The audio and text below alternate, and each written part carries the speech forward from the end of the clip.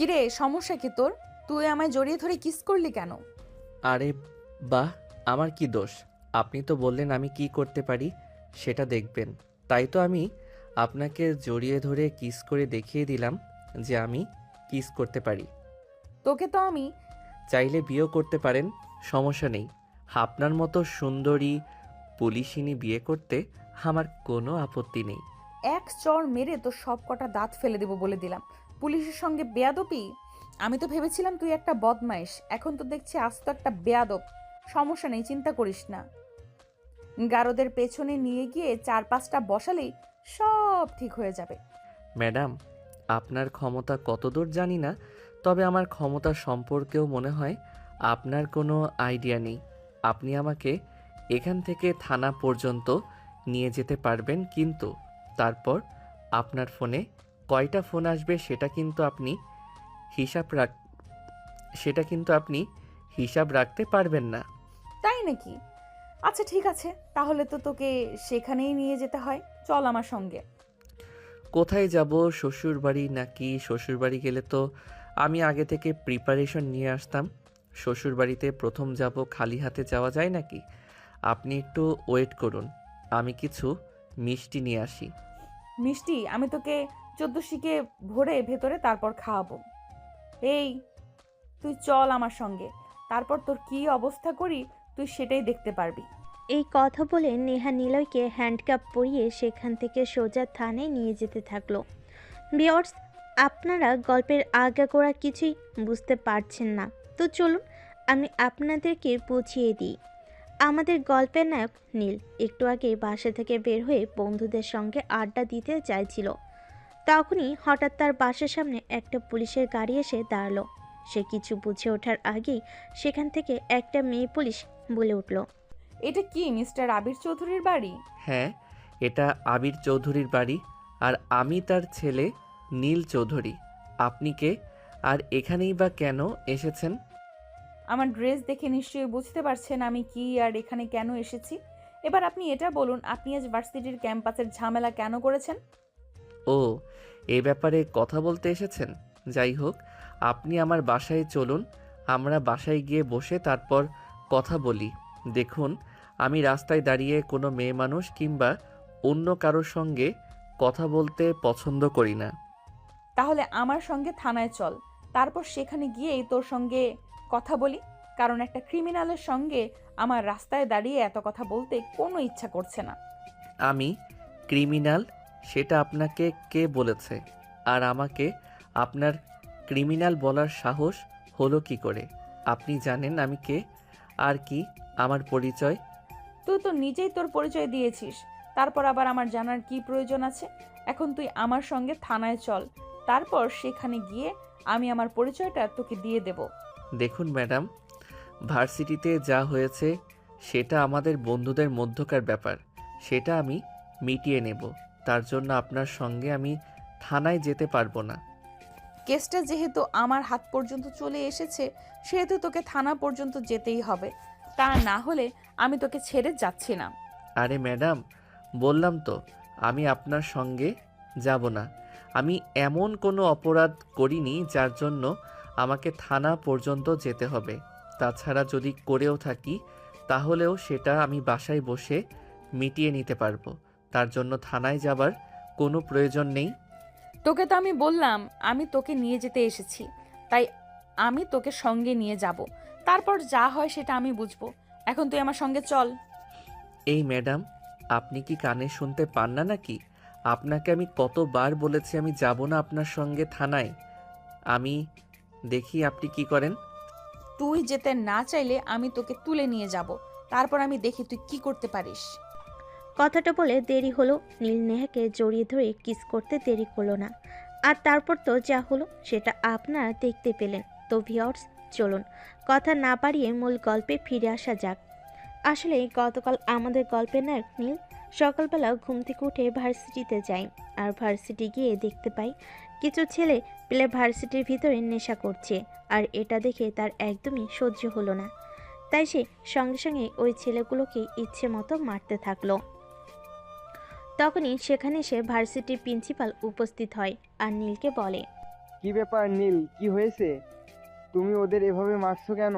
Sir, এদের সাহস কি করে হয় ভার্সিটি ক্যাম্পাসে এসে নেশা করার? ওরা জানে না ক্যাম্পাসে সবাই পড়াশোনা করতে আসে। এখানে ওরা কেন নেশা করবে? আর মেয়েদেরকে ওরা অনেক সময় টিজ করে, তাই আমি ওদেরকে একটু উচিত শিক্ষা দিয়েছি। হ্যাঁ, সেটা না হয় বুঝলাম, কিন্তু আমার মনে হয় ওদের সঙ্গে তোমার এভাবে ঝামেলায় যাওয়াটা ঠিক হয়নি। কারণ ওরা প্রায় সময় ভার্সিটি ক্যাম্পাসে এসে নেশা করে, মেয়েদেরকে উত্ত্যক্ত করে। আমি ওদের গার্ডিয়ানের কাছে বিচার দিয়েও কোনো ফল পাইনি, কারণ ওরা নাকি এরকমেরই। আমার মনে হয় তুমি ওদের সঙ্গে ঝামেলা করে একটু ভুলই করে ফেলেছো। স্যার, আমি কখনোই ভুল আর সঠিক চিন্তা করে কোনো কাজ করি না। তাছাড়া আপনার কোন অর্থে মনে হচ্ছে আমি ভুল কিছু করেছি? ওরা ভার্সিটির ক্যাম্পাসে নেশা করবে, এটা কি সঠিক? ভার্সিটিটা তোর বাবার নয় যে এখানে কিছু করতে হলে তোর কাছে কৈফিয়ত দিতে হবে। এখানে আমাদের যা করতে মন চায় আমরা তাই করব। সে তোর ব্যাপারে আমরা কেন তোকে কৈফিয়ত দিতে যাব? আর তোরই বা কী সমস্যা? আমার সমস্যা এটাই যে তবে ভার্সিটিতে এসে কেন নেশা করবে? তোদের দেখা দেখি আরও 5টা ছেলে তোদের সঙ্গে মিশে তারা নেশা করবে কেন? আমরা ভার্সিটিতে এসে মাদকাসক্ত হব? এখানে তো আমরা পড়াশোনা করতেছি, নিজেদেরকে শিক্ষিত করতে আসি। আর সেখানে এসে কেন আমরা নিজেদেরকে ধ্বংসের মুখে ঠেলে দেব? তোর এখন এত ইচ্ছা ভালো হওয়ার, তাহলে তুই কোন প্রাইভেট ভার্সিটিতে পড়াশোনা করিসনি কেন? লোকাল ভার্সিটিতে পড়াশোনা করতে এসেছিস। এখানে যখন তুই পড়াশোনা করতে এসেছিস, তাহলে এখানে যা হয় সব তোকে মুখ বুজে সহ্য করতে হবে। আর তা না হলে তুই এখান থেকে পড়াশোনা ছেড়ে দিয়ে চলে যা, কারণ তুই ভার্সিটির পরিবেশে অভ্যস্ত নস। আমি কিসে অভ্যস্ত আর কিসে অভ্যস্ত নই সেগুলো তোদের তো কোনো সমস্যা হওয়ার কথা নয়। তোরা ক্যাম্পাসে এসে কেন এগুলো করবি? এই বলে নীল ছেলেগুলোকে আবারও মারতে উদ্যত হলো, কিন্তু তখন প্রিন্সিপাল স্যার নীলকে থামিয়ে দিল আর নীল সেখান থেকে চলে গেল। আর তারপরই হয়তো এই ছেলেগুলো থানায় গিয়ে কমপ্লেন করেছে। যাই হোক, এদিকে নেহা নীলকে নিয়ে থানায় পৌঁছালো। আর তখনই হঠাৎ নেহার ফোনে একটা কল আসলো। নেহা, তুমি নীলকে কেন থানায় নিয়ে এসেছো? ওকে এক্ষুনি ছেড়ে দাও। কিন্তু স্যার, ওর নামে থানায় মামলা করা হয়েছে। ও গতকাল ভার্সিটির ক্যাম্পাসে মারধর করেছে, আর ওই ছেলেগুলো আমার কাছে কমপ্লেন করেছে। তাই আমি যদি এর বিরুদ্ধে অ্যাকশন না নিই, তাহলে ওরা তো মনে করবে আমি পয়সার জন্য বিক্রি হয়ে গেছি। তোমাকে আমি এত কিছু চিন্তা করতে বলিনি। তোমাকে আমি যেটা করতে বলেছি তুমি সেটাই করো। তুমি এখনই নীলকে ছেড়ে দাও আর ওকে ওর বাসা পর্যন্ত দিয়ে আসো। কিন্তু স্যার, এইভাবে আমরা ওকে ছেড়ে দিতে পারি না। ও ভার্সিটিতে মাস্তানি করবে, আর এগুলো কি মেনে নেওয়া যায়? আমি তোমার কাছ থেকে কোনো উপদেশ শুনতে চাইছি না। তোমাকে যেটা করতে বলেছি তুমি সেটাই করো। তুমি এখনই ওকে ওর বাসার সামনে ছেড়ে দিয়ে আসো, ঠিক যেখান থেকে নিয়ে এসেছিলে। ঠিক আছে স্যার, আমি এক্ষুনি ওকে দিয়ে আসছি। এই ছেলে, চলো আমার সঙ্গে, তোমাকে তোমার বাসা পর্যন্ত পৌঁছে দিয়ে আসি। কিন্তু ম্যাডাম, আমি তো শ্বশুর বাড়িতে যাব, বাসায় যাওয়ার কোনো ইচ্ছে আমার নেই। এত সুন্দর বউ রেখে একা একা বাসায় গিয়ে কি করব? এই কি তোর বদমাইশের বাচ্চা, তোর শ্বশুর বাড়ি কোথায় সেটা কি আমি চিনি নাকি? আর তোকে কেন আমি তোর শ্বশুর বাড়ি দিয়ে আসতে যাব? তোকে যেখান থেকে নিয়ে এসেছি সেখানেই ছেড়ে আসব। আরে বউ, নিজের হবু জামাইকে কেউ এভাবে বলে নাকি? প্লিজ নিয়ে চলো না আমাকে, একটু শ্বশুরবাড়ি, একটু শাশুড়ি মার সঙ্গে দেখা করে আসি। তোর শ্বশুর বাড়ি কোথায় বল, আমি তোকে ছেড়ে দিয়ে আসছি। ও মা, বউ দেখি আমার নিজের বাড়ি চিনে না। আমি তো তোমাদের বাড়িতে যাওয়ার কথা বলছি। প্লিজ নিয়ে চলো না তোমাদের বাড়িতে একবার, আমার শাশুড়ি মায়ের সঙ্গে একবার দেখা করে আসি। তোর সঙ্গে আবার আমার কোন বোনকে বিয়ে দিলাম যে তুই আমার মায়ের মেয়ের জামাই হয়ে গেলি? তাছাড়া আমি ছাড়া তো আমার মায়ের কোনো মেয়ে সন্তান নেই। তাহলে উফ ডার্লিং, তুমিও না কিছুই বুঝো না। আমার বউ তো তুমি। আমি তো তোমাকে দেখেই প্রেমে পড়ে গেছি। তাহলে অন্য কেউ কেন আমার বউ হতে যাবে? প্লিজ বউ নিয়ে চলো না একটু তোমার বাড়ি। তোকে যে আমার কি করতে মন চাইছে সেটাই বুঝতে পারছি না। পারলে তোকে এক্ষুনি আমি খুন করে ফেলতাম, কিন্তু সেটার তো আদেশ নেই। বিয়েটা করে নাও, তারপর যা করার করো। তখন আর তোমাকে আমি কিছুই বলবো না। এই বলে নীল থানা থেকে বের হয়ে বাইরে আসলো। আর তখন তার পিছনে পিছনে নেহাও আসলো আর জিপে বসে নীলকে বলল, কি হলো? এখন ওখানে দাঁড়িয়ে আছিস কেন? আমার সঙ্গে গাড়িতে উঠে বসে আমি তোকে যেখান থেকে নিয়ে এসেছি ওখানেই ছেড়ে আসবো। নীল তখন আর কোনো কথা না বলে চুপচাপ নেহার সঙ্গে গাড়িতে উঠে বসলো। আর নেহা নীলকে তার বাড়ির সামনে ছেড়ে দিল। নীলের বাড়ির সামনে এসে নীলকে নেহা বলে, কি ব্যাপার, তুই এখনো গাড়িতে বসে আছিস কেন? তোর বাড়ির সামনে চলে এসেছি, তুই গাড়ি থেকে নামছিস না কেন? তুমি আমাকে এখানে কেন নিয়ে এসেছো? আমি না তোমাকে বললাম আমি আমার শ্বশুর বাড়িতে যাব? সেখানে কেন নিয়ে গেলে না? আমি এখন নামবো না গাড়ি থেকে। নেহা নীলকে অনেক করে বলেছিল গাড়ি থেকে নেমে যাওয়ার জন্য, কিন্তু নীল কোনোভাবে গাড়ি থেকে নামছিল না। তাই নেহা নীলকে ধাক্কা দিয়ে গাড়ি থেকে ফেলে দিতে চাইছিল, কিন্তু নীল অতটাও বোকা নয়। তাই সে সঙ্গে সঙ্গে নেহার হাতটা ধরে ফেল। নেহা তখন ধাক্কার তাল সামলাতে না পেরে নীলের উপর পড়ে গেল। এমন অবস্থা থেকে নেহা অনেকটা ক্ষেপে গেল আর নীলকে বলল, এটা কি হলো? তুই আমাকে টান দিয়ে নিচে ফেলে দিলি কেন? একটু তোমার শরীর থেকে উষ্ণতা নিতে, তোমার শরীর কতটা উষ্ণ সেটা একটু চেক করে নিতে। আল্লাহ, তুমি আমাকে উদ্ধার করো। আমি কোন পাগলের পাল্লায় পড়েছি সেটাই তো বুঝতে পারছি না। এটা কেমন তার ছেঁড়া মানুষ, আমি তো সেটাই ভেবে পাচ্ছি না। আমার পাল্লায় পড়েছো জানেমান, তুমি তো এত সহজে ছাড়া পাচ্ছ না। এখন কি যাবে নাকি তোমার শ্বশুর বাড়ি? এই বেয়াদব, চুপ কর। আমার শ্বশুর বাড়ি কোথা থেকে আসলো? আমি তো এখনো বিয়েই করিনি, আর বিয়ে করব কিনা সে ব্যাপারেও এখনো নিশ্চিত নয়। আমার মতো হ্যান্ডসাম একটা ছেলে থাকতে তুমি কেন বিয়ে ছাড়া থাকবে? তুমি অবশ্যই বিয়ে করবে এবং আমাকেই বিয়ে করবে, চিন্তা করো না। আমি কিছুদিনের মধ্যেই তোমার বাবা মায়ের সঙ্গে কথা বলবো এবং তোমাকে যত দ্রুত সম্ভব আমাদের বাড়িতে নিয়ে আসবো। তাহলে তোর মাথায় সমস্যা আছে, তোর সঙ্গে কথা বলাই অনর্থক। তুই থাক এখানে। এই কথা বলে নীল নেহার বুকের উপর থেকে উঠে পড়ে এবং সেখান থেকে চলে যেতে চায়। কিন্তু তখনই নীল পিছন থেকে নেহার হাতটা ধরে ফেলে আর টান দিয়ে নিজের সঙ্গে মিশিয়ে নেয়। আর তারপর আলতো করে নেহার কপালে একটা ভালোবাসার পরশ এঁকে দিয়ে বলে, একটু ভালোবাসা না দিয়ে চলে যাচ্ছ? এতটাই পাষাণ তুমি? এরকম হলে হয় নাকি? তোর ভালোবাসা চাই, তাই না? এই নে তোর ভালোবাসা। এই বলে নেহা নীলের গালে ঠাস ঠাস করে ব্যাস কয়েকটা চর বসিয়ে দিল। আর তারপর বলতে লাগলো, এবার তো পেয়েছিস তুই তোর ভালোবাসা, তাই না? এখন তোর মুখটা বন্ধ রাখ আর আমাকে এখান থেকে যেতে দে। এখানে বসে থাকলে তো আমার চলবে না, আমার তো আরো অনেক কাজ পড়ে আছে। নীল তখন কোনো কথা বলতে পারছিল না, কারণ নেহা তাকে এত জোরে চর মেরেছে যে তার গালে 5টা আঙুলের ছাপ বসে গেছে। তার গাল অনেক ব্যথা করছিল, তাই সে আর কোনো কথা বলল না। এদিকে নেহা তো নাই, চলে গেল।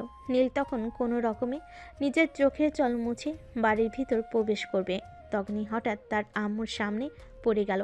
তার আম্মু তাকে দেখে বলতে লাগলো, কি রে বাবা, কি হয়েছে তোর? তোর গালে এটা কিসের দাগ? দেখে তো মনে হচ্ছে একদম এক্ষুনি রক্ত ছিটে পড়বে। কই আম্মু, কিছুই হয়নি। বন্ধুদের সঙ্গে একটু খেলতে গিয়েছিলাম আর তখনই একটু ব্যথা পেয়েছি। আমাকে কি তুই বোকা পেয়েছিস নাকি যা বুঝাবি আমি তাই বুঝে যাব? একদমই নয়, আমি বুঝতে পেরেছি এটা কারো হাতের দাগ, সেটা দেখেই বোঝা যাচ্ছে। 5টা আঙ্গুল একদম স্পষ্ট দেখা যাচ্ছে। ব্যাস এইটুকুই। আরে আম্মু, তোমার কি মাথা খারাপ হয়েছে নাকি? এই শহরে এখনো এমন কোনো ছেলে পয়দা হয় নাই যে আমার গায়ে হাত দেবে, আর গায়ে হাত দেওয়ার পর আমি তাকে ছেড়ে দেব। এতক্ষণে আমি বিষয়টা ক্লিয়ারই বুঝতে পেরেছি। তুই নিশ্চয়ই কিছু একটা ঝামেলা করেছিস আর তার ফলস্বরূপ তোর গালের এই চিহ্নগুলো, ঠিক না? না, একদমই নয়। তুমি তো জানো আমি কখনোই ঝামেলা করি না। অন্যায় দেখলে সেখানে নিজেকে কন্ট্রোল রাখতে পারি না। আসলে গতকাল ভার্সিটিতে কিছু ছেলে ক্যাম্পাসে বসে নেশা করছিল আর তাদেরকে একটু শিক্ষা দিয়েছিলাম। তারপর তারা থানায় মামলা করেছে।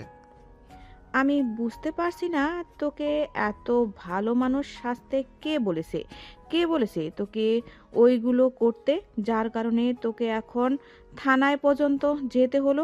আমি চাই না তুই এসব ঝামেলায় আর নিজেকে ইনভলভ রাখিস। আম্মু, তুমি হয়তো একটা কথা ভুলে গেছো যে আমার রক্তে অপরাধ দেখেও তীর থাকাটা নেই। আমি অপরাধ দেখলে সহ্য করতে পারি না। যেখানে অপরাধ দেখি সেখানেই আমার রক্ত গরম হয়ে যায়। ও তাই নাকি? ঠিক আছে, তাহলে আমি তোকে কিছুই বলবো না। একবার আয়নার সামনে দাঁড়িয়ে তোর গালের দিকটা দেখে নে, তাহলে তুই বুঝতে পারবি আমি কেন তোকে এই কথাগুলো বলছিলাম। নীল তখন আর কোনো কথা না বলে চুপচাপ নিজের রুমে চলে গেল আর বিছানায় শুয়ে ঘুমিয়ে পড়ল। সে যখন ঘুম থেকে উঠল তখন আনুমানিক রাত 8টার মতো বাজে। বিছানা থেকে উঠে সে ফ্রেশ হতে ওয়াশরুমে চলে গেল। ওয়াশরুম থেকে এসে যেই না সে আয়নার সামনে দাঁড়ালো, নিজের চেহারা সে নিজেই চিনতে পারছে না। একটা মেয়ের শরীরে এত শক্তি আসে কোথা থেকে, যে নীলকে সেই দুপুরবেলা চর দিয়েছে আর এখন রাতের 8টা বাজে। এখনও তার 5টা আঙ্গুলের চিহ্ন নীলের গালে ফুটে আছে। নীল তখন একটু অয়েলমেন্ট লাগিয়ে পড়তে বসে গেল। পড়া শেষ হলে রাতের খাবার খেয়ে তারপর ঘুমিয়ে পড়ল। পরের দিন সকালবেলা ভার্সিটি যাওয়ার উদ্দেশ্যে বাসা থেকে বের হবে। তখনই হঠাৎ সে তার বাসার সামনে একটি মেয়েকে দাঁড়িয়ে থাকতে দেখল। নীল 7 পাঁচ চিন্তা না করে মেয়েটাকে সে জানার আগ্রহ না দেখিয়ে সেখান থেকে চলে যেতে চাইছিল। তখনই পিছন থেকে মেয়েটা বলল, আই এম সরি, কাল রাগের মাথায় আপনাকে এইভাবে থাপ্পড় মারাটা উচিত হয়নি। নিশ্চয়ই খুব ব্যথা পেয়েছেন, তাই না? সে যাই হোক, ভালোবাসার মানুষের ছোঁয়া তো পেয়েছি, সেটাই আমার জন্য অনেক। ভালোবাসার মানুষের ছোঁয়ার সব সময় ভালো হয়। আবার আপনি ওইসব কথা বলা শুরু করেছেন। দেখুন, আমার মেজাজ হুট করেই গরম হয়ে যায়, আর আমি অপরাধীদের এইভাবেই শাস্তি দিয়ে থাকি। তাই আপনার কথা শুনে মাথা গরম হয়ে গেছিল। আর তারপর বললাম তো ঠিক আছে, কোনো ব্যাপার না। আমার ভার্সিটি লেট হয়ে যাচ্ছে, আমি এখন আসছি। এরপর নেহাকে নীল আর কোনো কথা বলার সুযোগ না দিয়ে বাইকে নিয়ে সোজা ভার্সিটির উদ্দেশ্যে বেরিয়ে পড়ল। ভার্সিটিতে এসেই সে দেখতে পেল ওই ছেলেগুলো গেটের সামনে দাঁড়িয়ে আছে। তারা নীলকে দেখে, কি ব্যাপার, কাল নাকি শ্বশুরবাড়ি গিয়েছিলি? তো কেমন জামাই আপ্যায়ন পেলি? আমি তো আপ্যায়ন ভালোই পেয়েছি। এবার তোদের যাওয়ার পালা হবে, তৈরি হয়ে থাক, খুব তাড়াতাড়ি যেতে পারবি শ্বশুরবাড়ি। এই কথা বলে নীল সেখানে আর এক মুহূর্ত না দাঁড়িয়ে সোজা ক্যাম্পাসের ভিতর চলে আসলো। ক্লাসে সেই ঢুকতে যাবে, তখনই তার বন্ধু হৃদয়ের সঙ্গে তার দেখা হয়। আর তখনই তার বন্ধু হৃদয় তাকে প্রশ্ন করে, কি রে দোস্ত, কি হয়েছিল কাল? আমি শুনলাম তোকে নাকি পুলিশ স্টেশন যেতে হয়েছিল। আরে আর বলিস না, ওই যে সেদিন ছেলেগুলো নেশা করছিল, ওদের একটু চা নাস্তা খাওয়াইছিলাম, তার জন্যই আর কি। দোস্ত, তোকে আমি কতবার বলেছি ওদের সঙ্গে ঝামেলায় যাস না, তুই তারপরেও গেলি। আরে দোস্ত বাদ দে, এসব নিয়ে চিন্তা করিস না, সব ঠিক হয়ে যাবে। এখন বল, তোর কি খবর? এই তো আলহামদুলিল্লাহ ভালো। কাল প্রিয়ার সঙ্গে দেখা করতে গিয়েছিলাম, বেশ ভালোই কেটেছে সময়টা। আচ্ছা, প্রেম করে কি পাস আমি সেটা বুঝতে পারি না। আজ এই মেয়ে তো কাল ওই মেয়ে, একটা মেয়েকে ফিক্সড কর আর ওকে বিয়ে করে নে। দোস্ত, একটা ফুল গড়ে নিয়ে রাখার চাইতে হাজারটা ফুলের মতো খাওয়া যে কতটা মজা সেটা তুই বুঝতে পারবি না। আগে একটা প্রেম কর, তারপরে বুঝতে পারবি। হ্যাঁ রে, সেটাই চেষ্টা করছি দোস্ত। কাল যে ইন্সপেক্টর আমাকে অ্যারেস্ট করতে এসেছিল, মেয়েটাকে দেখে আমি একদম প্রেমে পড়ে গেছি। কি বলিস দোস্ত, শেষে কিনা সিনিয়র একটা পুলিশ ইন্সপেক্টরের প্রেমে পড়লি তুই? আমি জাস্ট ভাবতে পারছি না, এই বুঝি ছিল তোর মনে? ভার্সিটিতে কত মেয়েরা তোর পেছনে লাইন মারে, তুই তো তাদেরকে একটুও পাত্তা দিস না, আর শেষে কিনা একটা পুলিশের প্রেমে পড়েছিস। দোস্ত রে, প্রেম ভালোবাসা বলে কয় হয় না। আর যদি সেরকম হতো তাহলে হয়তো আমি কবেই প্রেমে পড়ে যেতাম। কিন্তু বিশ্বাস কর, আমি সত্যি কাল পুলিশ মেয়েটাকে দেখে প্রেমে পড়ে গেছি। আচ্ছা ঠিক আছে, এখন ক্লাসে চল, ক্লাসের টাইম হয়ে গেছে। আর হ্যাঁ, একটা কথা, আজ কিন্তু আবার একটা নতুন মুরগি পটাতে যাব, তুই যাবি নাকি আমার সঙ্গে? না রে দোস্ত, এসব আমার আর ভালো লাগে না। আজ এই মেয়ের সঙ্গে প্রেম করবি তো কাল ওই মেয়ের সঙ্গে, এসব আর কত? এসব এবার বন্ধ কর, আমার ভালো লাগে না। এই বলে নীল ক্লাসরুমে ঢুকে গেল। অতঃপর ভার্সিটি শেষ হলে সে বাসায় আসে। বাসায় এসে দুপুরে খাবার খাবে। তখনই তার আব্বু বাসি আসলো আর তাকে বলল, কি ব্যাপার নীল, তোমার পড়াশোনা কেমন চলছে? আর তোমার আম্মুর কাছে শুনেছিলাম তুমি নাকি কাল থানায় গিয়েছিলে, কি ব্যাপার বলো তো শুনি। আব্বু আসলে সেরকম কোনো ব্যাপার নয়, বাদ দাও ওসব। আমি ওর ব্যাপারে কথা বলতে চাই না। তোমার ব্যবসার কি অবস্থা? ব্যবসা কেমন চলছে? এই তো আলহামদুলিল্লাহ অনেক ভালো। তোমাকে একটা কথা বলার ছিল। কাল আমার অফিসের একজন অ্যাপ্লাই তো আর বাসায় দাওয়াত করেছে, আমাদের সপরিবারে যেতে বলেছে। ওর মেয়ে নাকি জন্মদিন, তাই আমাদের ওখানে যেতে হবে। আব্বু, আমার কোনো দাওয়াতে যেতে ভালো লাগে না। তোমরা সবাই চলে যেও, আমি যেতে পারবো না। কিন্তু সেটা বললে হবে না বাবা, তোমাকে আমাদের সঙ্গে যেতেই হবে। কারণ আমাদের এমপ্লয়ি অনেকদিন ধরে আমাদের সঙ্গে কাজ করছে, সে অনেক রিকোয়েস্ট করে বলেছে আমাদের সবাইকে যেতে হবে, তাই তুমি আমার সঙ্গে যাবে। ঠিক আছে আব্বু, আমি যাব। আচ্ছা ঠিক আছে, তাহলে এখন আসি। আমার একটু টায়ার্ড লাগছে, বিশ্রাম নিতে হবে। এই বলে নীল নিজের রুমে চলে আসলো আর রুমে সে কাপড় চোপড় চেঞ্জ করে বিছানায় শুয়ে একটা ঘুম দিল। একটু ঘুম পাগল ছেলে, একটু সুযোগ পেলেই এসে ঘুমাতে চায়। তবে শুধু এইটুকুই নয়, আমাদের গল্পের নায়ক কিন্তু অনেক রোমান্টিক গল্প লেখে। তাই বলে আমাদের গল্পের নায়ক একটু অন্যরকম রোমান্টিক। তো ভিউয়ার্স, চলুন দেখা যাক তারপর কি হয়। আমাদের গল্পের নায়ক নীল ঘুম থেকে উঠলো। তখন রাত আনুমানিক 10টা বাজে। তার আম্মু তাকে রাতের খাবার খাওয়ার জন্য ডাক দিতে এসেছে। এই নীল, কোথায় তুই? সেই কখন থেকে তোকে ডাকছি, তোর কোনো সাড়া শব্দ নেই। ভার্সিটি থেকে এসে দুপুরের খাবার পর্যন্ত খেলি না। কি সমস্যা তোর, বল তো শুনি। কই আম্মু, কি সমস্যা হতে যাবে আমার? আসলে ভার্সিটি থেকে এসে খুব ঘুম পাচ্ছিল, তাই ঘুমিয়ে পড়েছিলাম। তারপর আর কি, কখন বেলাটা কেটে গেল আর টের পেলাম না। তুমি তো জানোই আমি ঘুমিয়ে পড়লে আর দুনিয়ার কোনো হুঁশ থাকে না। আচ্ছা বাবা, ঠিক আছে, ওইসব কথা বাদ দে। এখন হাত মুখ ধুয়ে খাবার খেতে আয়। তোর আব্বু আর রিমি অনেকক্ষণ ধরে তোর জন্য অপেক্ষা করছে। তাড়াতাড়ি আসবে কিন্তু। ঠিক আছে, তুমি যাও, আমি এক্ষুনি আসছি। কি ব্যাপার রিমি, আমি শুনলাম তুই নাকি আজকাল ঠিক মতো কলেজে যাচ্ছিস না। কি সমস্যা তোর, বল তো শুনি। তোকে কে বলেছে এসব কথা? আমি তো প্রতিদিন ঠিক মতোই কলেজে যাচ্ছি। আমার ইনফরমাররা কখন আমাকে ভুল ইনফরমেশন দেয় না। তারা যা বলেছে একদম সত্য কথাই বলেছে। এখন তুই আমাকে বল যে তুই কেন ঠিক মতো কলেজে যাচ্ছিস না। বাসা থেকে তো প্রত্যেক দিন বের হয়ে যাস কলেজের কথা বলে, তারপর কোথায় যাস? ভাইয়া দেখ, একদম মিথ্যা কথা বলবি না। আমি ঠিক মতোই কলেজে যাওয়া আসা করছি। তোর যদি আমার কথা বিশ্বাস না হয় তাহলে তুই কলেজে গিয়ে নিজেই দেখে আয়। আচ্ছা ঠিক আছে, আমি কালকে তোর কলেজে যাব, চিন্তা করিস না। যাই হোক, এখন বল তোর পড়াশোনার খবর কি? পড়াশোনা কি ঠিকমতো করছিস নাকি শুধু ফাঁকিবাজি করছিস? সেটা আমার পরীক্ষার রেজাল্ট দেখলেই বুঝতে পারবি। আমি তো আর তোর মতো না যে ভার্সিটি থেকে এসেই ঘুমিয়ে পড়বো, সারাদিন শুধু ঘুম নিয়েই থাকবো, আর যখন একটু সময় পাবো তখন গল্প লিখতে বসে যাব। আচ্ছা ভাইয়া, আমি বুঝি না তুই এই গল্পের মধ্যে কি পেয়েছিস? শোন, গল্প আমার, প্রেম গল্প আমার, নেশা গল্প আমার, পেশা গল্প না লিখলে আমার ভালো লাগে না। আমি আমার নিজের মনকে ভালো রাখার জন্য গল্প লিখি। কেন, এতে কি তোর কোনো সমস্যা আছে নাকি? আমার কেন কোনো সমস্যা থাকতে যাবে? আমি যখনই কলেজে যাই তখনই আমার বন্ধুরা সবাই বলে তোর ভাইয়া তো রোম্যান্টিক গল্প লিখে যে দেখলেই প্রেমে পড়ে যায়। মেয়ে মানুষ প্রেমে পড়বে, এটাই তো স্বাভাবিক। আমার প্রেমে পড়লে সমস্যা কোথায়? তাছাড়া আমি কি দেখতে খারাপ নাকি যে আমার প্রেমে পড়লে ভুল করে ফেলবে? ধত্তরি, তোর সঙ্গে কথা বলাই অনর্থক। আমি কাকে কি বলি সে যেন আমাকে উল্টাটা বুঝিয়ে দেয়। তোর যা ইচ্ছে তুই তাই কর। মন চাইলে 101টা মেয়ের সঙ্গে প্রেম কর, তাতে আমার কোনো সমস্যা নেই। হ্যাঁ, আমি তোকে এতক্ষণ সেটাই বোঝাতে চাইছিলাম, কিন্তু তুই এটা বুঝতে এতটা সময় নিবি সেটা বুঝতে পারিনি। আসলে তোর মাথায় তো গোবর ছাড়া আর কিছুই নেই। এই বলে নীল শয়তানি মার্কা একটা হাসি দিয়ে সেখান থেকে খাওয়া শেষ করে নিজের রুমে চলে গেল। তারপর আর কি, ঘুম তো হয়ে গেছে।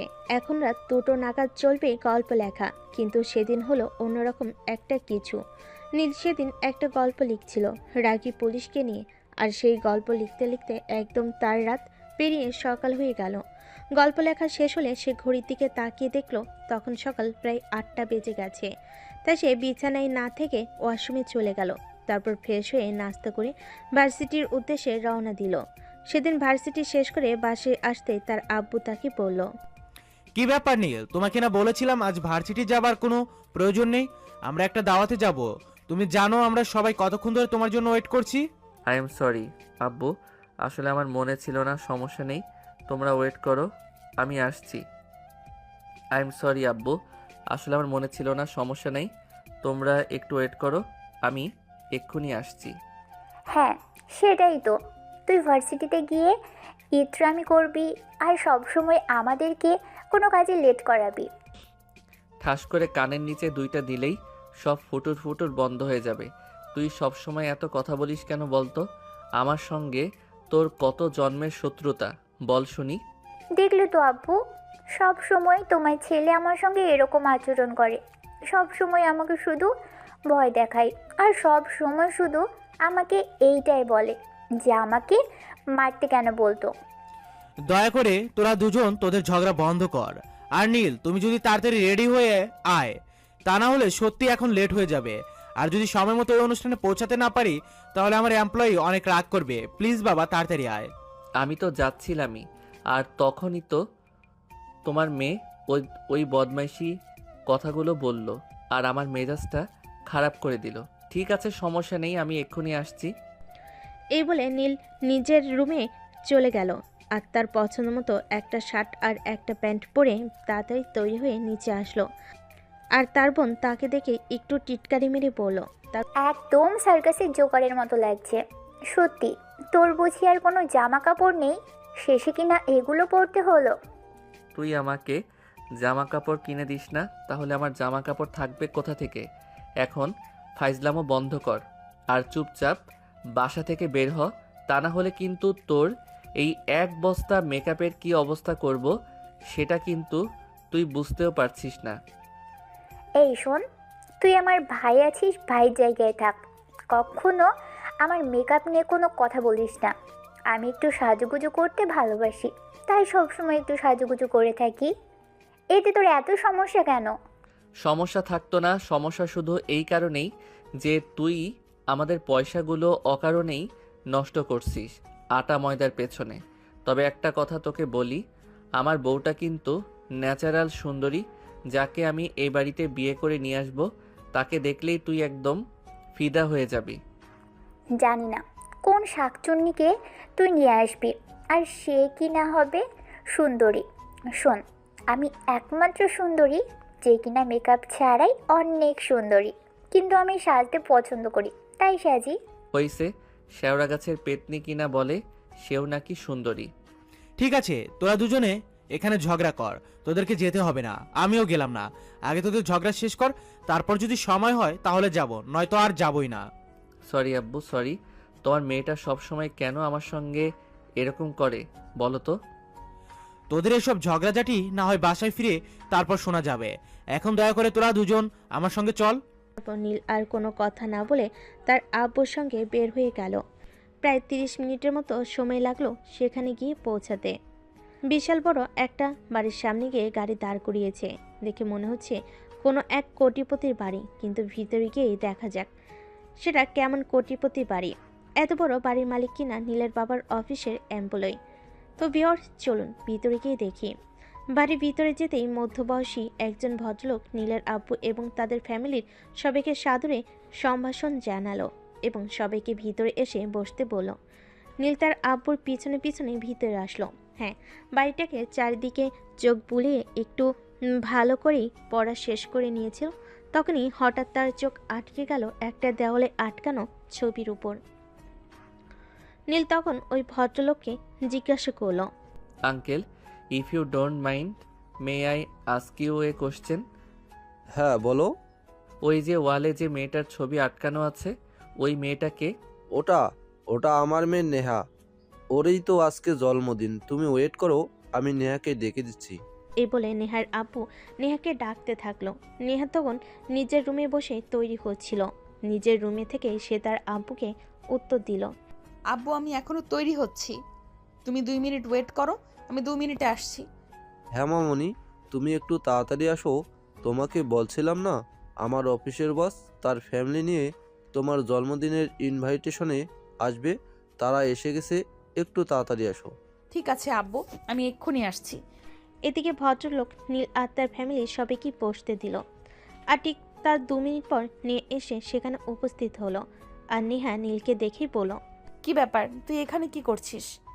কি ব্যাপার মামনি, তুমি কি নীলকে চেনো নাকি? ক্রিমিনালদের আবার না চিনে কি করে থাকি?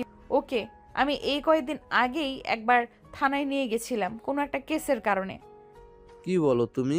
নীল বাবার মতো ছেলেই হয় না, আর তাকে তুমি থানায় নিয়ে গেছিলে? আমার মনে হয় তুমি কোনো ভুল ইনফরমেশন পেয়েছিলে। যাক বাদ দাও, আমি সেই সব কথা এখন মনে করতে চাই না। আমি আমার জন্মদিনের আনন্দটাকে মাটি করতে চাই না। আর হ্যাঁ, এই যে মিস্টার, আপনাকে বলছি, অনুষ্ঠান শেষ হলে চুপচাপ এখান থেকে চলে যাবেন। কোনো গ্যাঞ্জাম করার চেষ্টাও করবেন না, তাহলে কিন্তু খারাপ হবে। এটা আপনাকে আমি বলে দিলাম। ও আমি এতক্ষণে বুঝতে পেরেছি, তার মানে তুমি সেই ইন্সপেক্টর মেয়ে যে আমার ছেলেকে অ্যারেস্ট করেছিলে। শোনো, তুমি ভুল ইনফরমেশন পেয়েছিলে, আমার ছেলে একদমই এরকম নয়।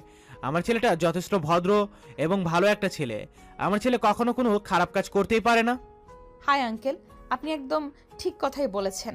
আপনার ছেলের কোনো খারাপ কাজ করতে পারে না, শুধু ভার্সিটিতে গিয়ে মারামারি করে। তখন নেহার আপু নেহাকে অনেক রিকোয়েস্ট করে বলে এসব কিছু বন্ধ করার জন্য আর জন্মদিনের অনুষ্ঠান শুরু করার জন্য। নেহা তখন আর কোনো কথা না বাড়িয়ে কেক কাটতে চলে গেল। নেহা কেক কেটে এক একে সবাইকে খাইয়ে দিচ্ছিল। আর তখনই নীলের পালা আসলো, কিন্তু নেহা তাকে কেক না খাইয়ে কেকটা রেখে দিতে চাইছিল। তখনই নীল তার কানে কানে বলল, এই ভুলটা একদম করো না প্রিয়সী। সবাই কিন্তু অলরেডি জেনে গেছে তোমার আর আমার সম্পর্কের কথা। এখন যদি তুমি আমাকে কেক না খাইয়ে দাও, তাহলে কিন্তু আমি সবার সামনেই তোমাকে ওইটা করে দিব। মানে তুই আমাকে আমার বাড়িতে এসে থ্রেট করছিস? এর পরিণাম কি হতে পারে তুই জানিস? পরিণামের কথা চিন্তা করে নীল কখনো কোনো কাজ করে না, সেটা তুমি নিশ্চয়ই এতক্ষণে বুঝতে পেরে গেছো। সো কোনো কথা না বলে আমাকে একটু কেক খাইয়ে দাও, তারপর আমিও তোমায় ভালোবেসে কেক খাইয়ে দেব। উপস্থিত সবাই তখন ওই বিষয়টা খেয়াল করছিল, তাই নেহা আর এই বিষয়টাকে নিয়ে ঝামেলা করলো না। সে নীলকে খাইয়ে দিল আর তারপর সে সেখান থেকে চলে আসলো। তারপর খাওয়া দাওয়ার পরপর শুরু হলো। এক একে সবাই খাওয়া দাওয়া শেষ করে নিজেদের বাড়িতে চলে যাচ্ছিল। অপরদিকে নেহা কেক কাটা শেষ হলে নিজেদের রুমে চলে এসেছিল আর তার নিচে যেতে ইচ্ছে করছিল না। তখনই হঠাৎ তার রুমের দরজায় সে কারোর গলার আওয়াজ শুনতে পেল। এক্সকিউজ মি ম্যাডাম, আমি কি ভিতরে আসতে পারি? তুই তুই এখানে কেন এসেছিস? তোকে না আমি বলেছিলাম অনুষ্ঠান শেষ হলে সোজা বাড়ি চলে যাবি, কিন্তু তুই এখানে কেন এসেছিস? এখানে আবার নতুন করে কোনো সিন ক্রিয়েট করবি না বলে দিলাম। আরে ডার্লিং, তুমি আমার সঙ্গে এভাবে কেন কথা বলছো? আমি তোমার সঙ্গে কেন কোনো সিন ক্রিয়েট করতে যাব?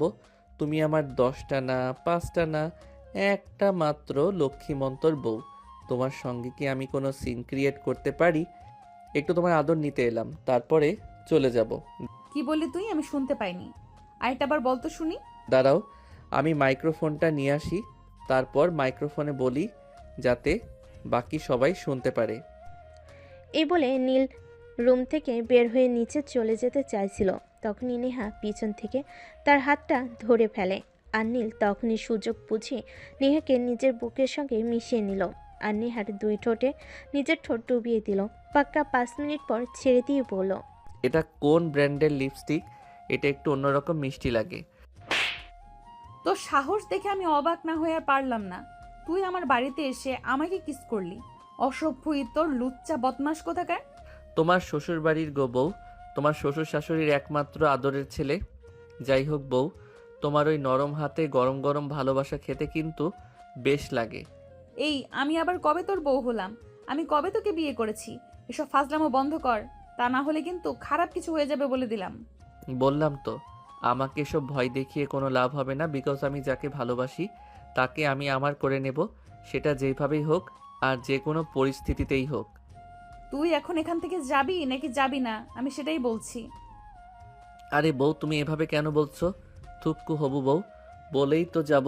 শ্বশুরবাড়িতে ঘর জামাই থাকবো নাকি? আমার বাবার তো অনেক সহায় সম্পত্তি আছে, এত কিছু রেখে আমি কেন শ্বশুরবাড়িতে ঘর জামাই থাকতে যাব? আচ্ছা বউ, আমাকে একটা কথা বলো তো, তোমার বাবা তো আমার বাবার অফিসের সামান্য একজন এমপ্লয়ি, তাহলে তোমাদের এত বড় বাড়ির পিছনের রহস্যটা কি? একটা সময় আমার বাবার নিজের একটা অফিস ছিল, নিজের ব্যবসা করত, কিন্তু কোনো একটা কারণে ওটা বন্ধ হয়ে গেছে। তাই আমার বাবাকে বাধ্য হয়ে তোর বাবার অফিসে চাকরি নিতে হয়েছে। এবার নিশ্চয়ই বুঝতে পেরেছিস। তবে একটা কথা মনে রেখো, আমি পুলিশের চাকরি করি বলে এটা ভাবছি না যে আমি কালো টাকায় সম্পদের পাহাড় গড়েছি। এটা কিন্তু আমার বাপের অনেক কষ্টের টাকায় করা রাজপ্রাসাদ। ও আচ্ছা, এই ব্যাপার। ঠিক আছে, বুঝতে পেরেছি। আজ তাহলে আসি। তবে একটা কথা মনে রেখো, আমি কিন্তু আবার আসব। তুই আবার কেন এখানে আসবি? আমার বউটাকে দেখতে। আমার বউটা ভালো আছে নাকি খারাপ আছে সেই ব্যাপারে আমাকে খোঁজ খবর নিতে হবে না নাকি?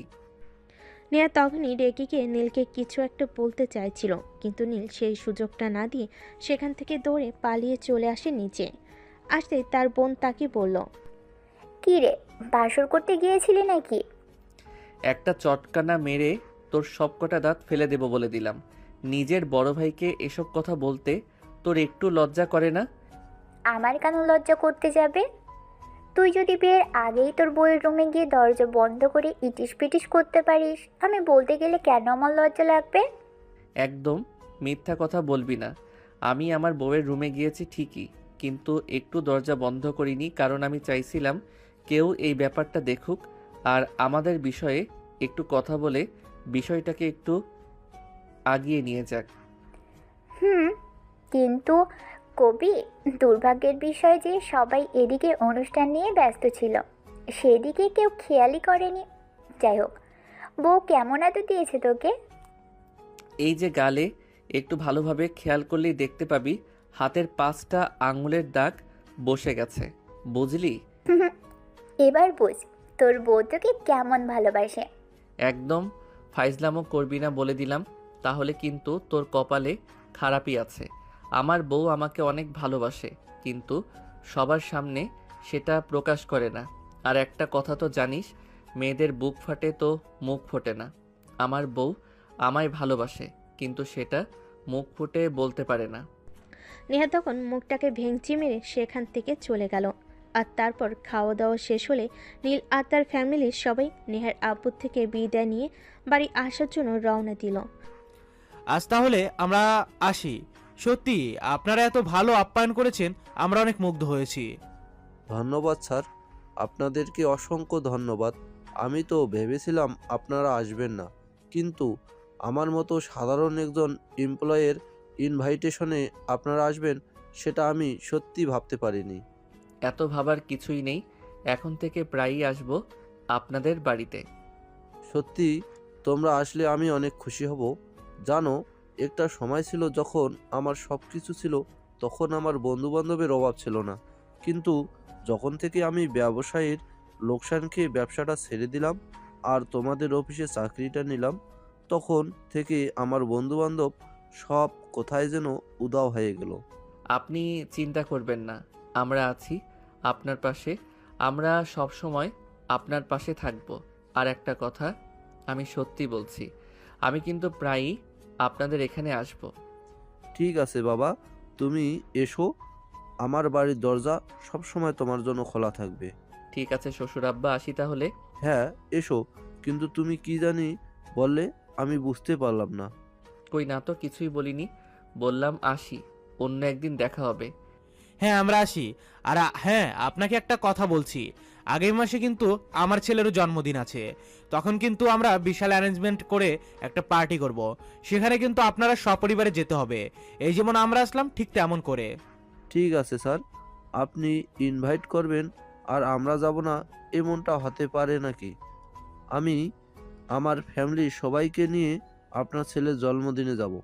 তারপর নেহার আব্বুর কাছ থেকে বিদায় নিয়ে তারা সবাই মিলে বাসায় চলে আসলো। নিজেদের রুমে এসে কাপড় চোপড় চেঞ্জ করে বিছানায় ঘুমোতে যাবে, ঠিক তখনই রিমি তার রুমে আসলো আর বলল, কিরে, কেমন ভালোবাসে তোর বউ তোকে?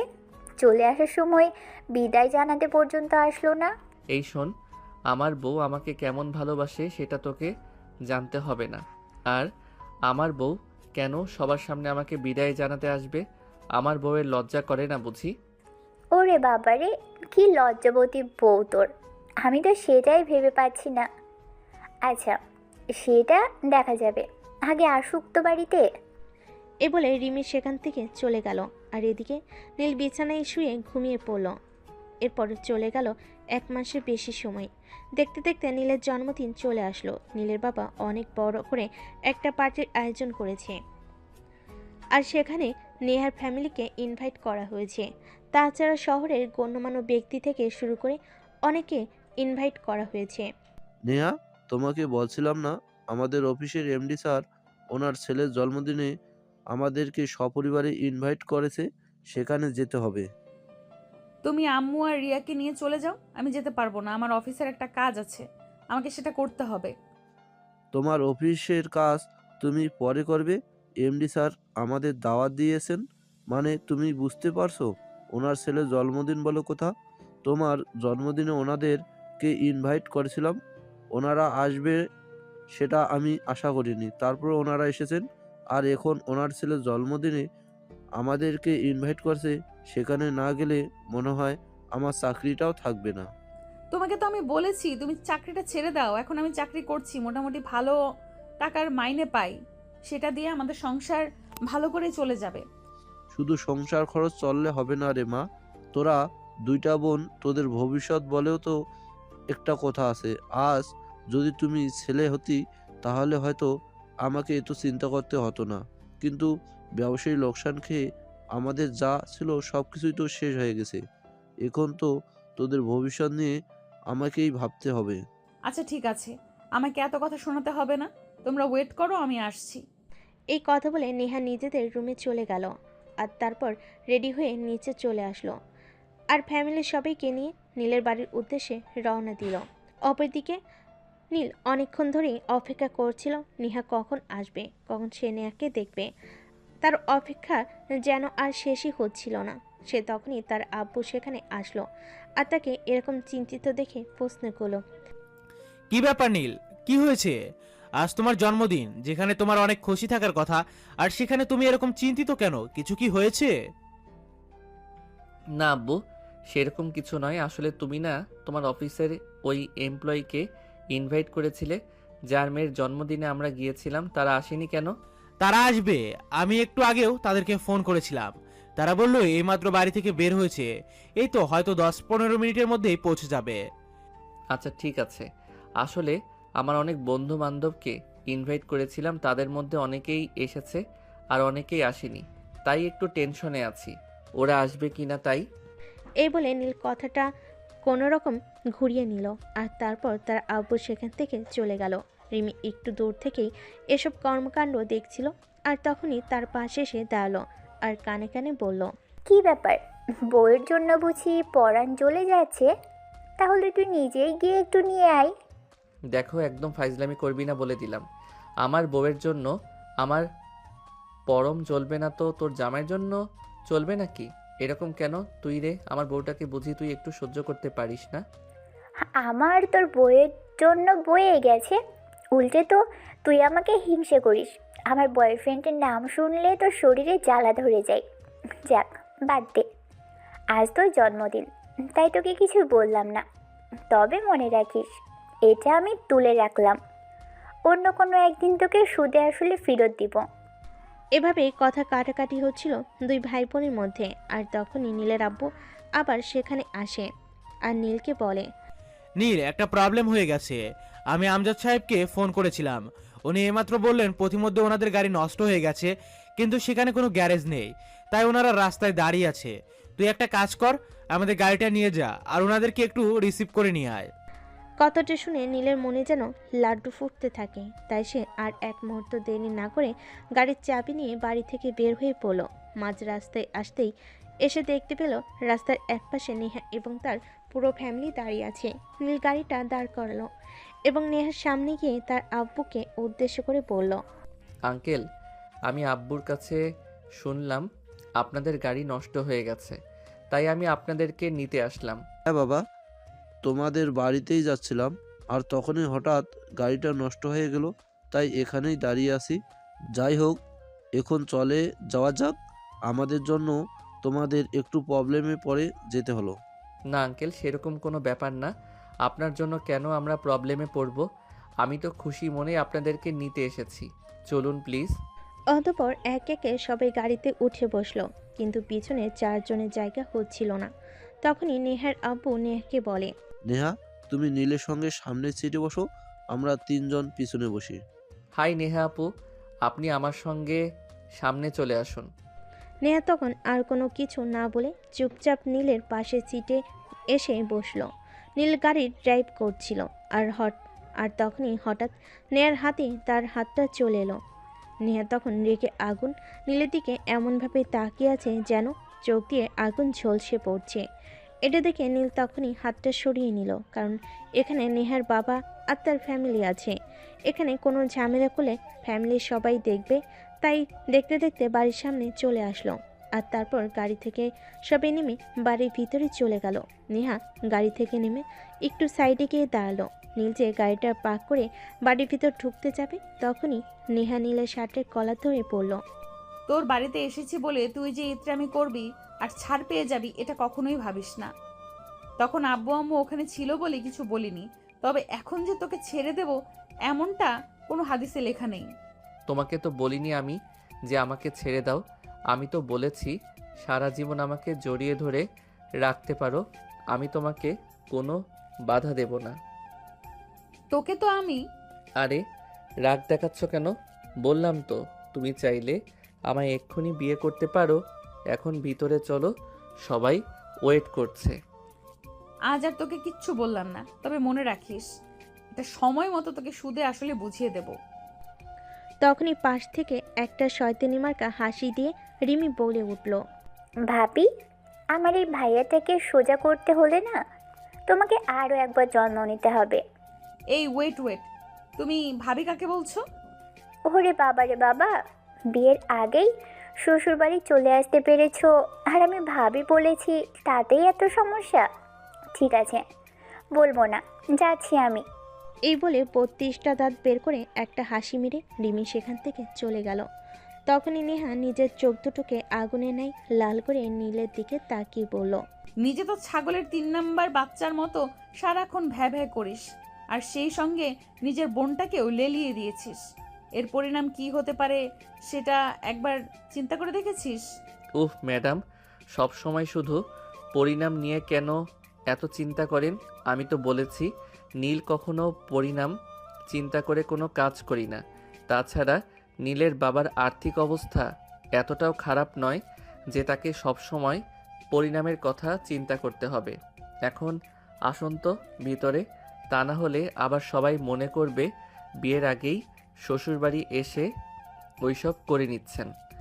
নেহা তখন রাগে গজগজ করছিল, কিন্তু কিছুই বলতে পারল না, কারণ এটা একটা অনুষ্ঠান বাড়ি, এখানে কিছু করলে লোকে দেখবে, আর সবসময় কিন্তু দোষটা মেয়েদের দিকেই হয়। তাই নিজের ইজ্জত বাঁচাতে মুখটা বন্ধ রাখতে হলো। জন্মদিনের অনুষ্ঠান শেষ হলে নেহার পরিবার খাওয়া দাওয়া করে বাড়ি চলে আসবে। তখনই রিমি পিছন থেকে নেহাকে বলে, ভাবি, চলে গেছো? আমি তো ভেবেছিলাম থেকেই যাবে। আমি ভেবেছিলাম তুমি বুঝি একবারেই শ্বশুরবাড়ি চলে এসেছো। দেখো, বেশি বার বেরো না, তোমার ভাইটা বেশি বার বেড়ে গেছে, এর পরিণাম খুব একটা ভালো হবে না। আমি নেহা কি জিনিস এটা কিন্তু সে এখনো বুঝতে পারেনি। ভুল শুধু আমার ভাইয়া একা করেনি, তুমিও করেছো। তুমিও বুঝতে পারোনি আমার ভাইয়া কি জিনিস।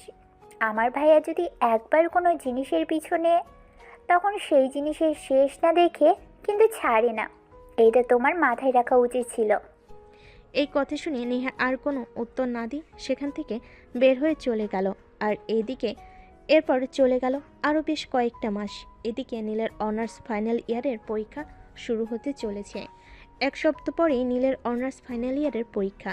সেদিন নেহা বেলকুনিতে বসে রাতের বেলায় একটা গল্পের বই পড়ছিল। তখনই হঠাৎ সে দেখতে পেল বেলকুনির পাইপে কেউ একজন উপরে উঠে আসছে। সে অনেকটা ভয় পেয়ে গেল। ভয় পেয়ে চিৎকার করতে যাবে, তখনই হঠাৎ কেউ একজন তার মুখ চেপে ধরলো আর কানে কানে বলল, এই চুপ, একদম চিৎকার করো না। নিজের জামাইকে দেখে চিনতে পারো না, আবার চিৎকার করতে হয় নাকি? ইউ আরে বাবা, কি বলবে বলো না, করছো কেন?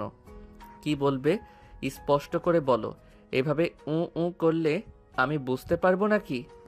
নেহা ততক্ষণে নিজের শরীরের সমস্ত শক্তি দিয়ে নিজের মুখ থেকে নীলের হাতটা সরালো আর তারপর বলল, তুমি এখানে কি করতে এসেছো?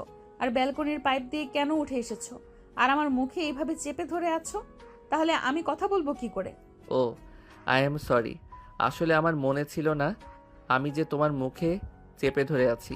আসলে জানোই তো, সামনের সপ্তাহ থেকে আমার পরীক্ষা, তখন তো আর তোমার সঙ্গে দেখা করতে পারবো না, তাই তোমার সঙ্গে একটু পার্সোনাল টাইম স্পেন্ড করতে আসলাম।